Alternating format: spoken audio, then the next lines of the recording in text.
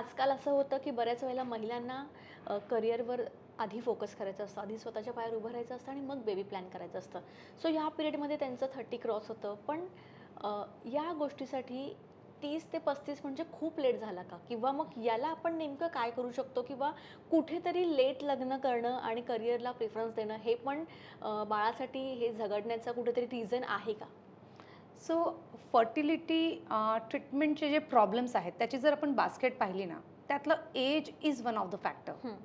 आता बघा, जेव्हा स्त्री जन्माला येते तेव्हा एक ठराविक साठा अंड्यांचा घेऊन जन्माला येते, हे सगळ्यांना माहिती असलेलं सत्य.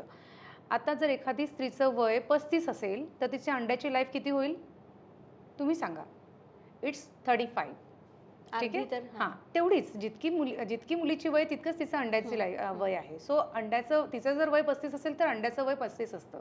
एका पुरुषाच्या जर वय 42 असेल तर त्याच्या स्पर्मचं वय किती असतं? बेचाळीस. No, it's not 42. It is just 3 months. So it is just 72 days. देवाने नैसर्गिक हा डिफरन्सिएशन केलेला आहे. हं, हं, हं. स्त्रीचे अंडे तिच्याच वयाचे असतात, त्यामुळे तिचं वय वाढलं, अंड्याची वय वाढते. आणि आपण जसे वयस्कर होतो, म्हातारे होतो, आपली कार्यक्षमता एकदम यंगसारखी राहत नाही.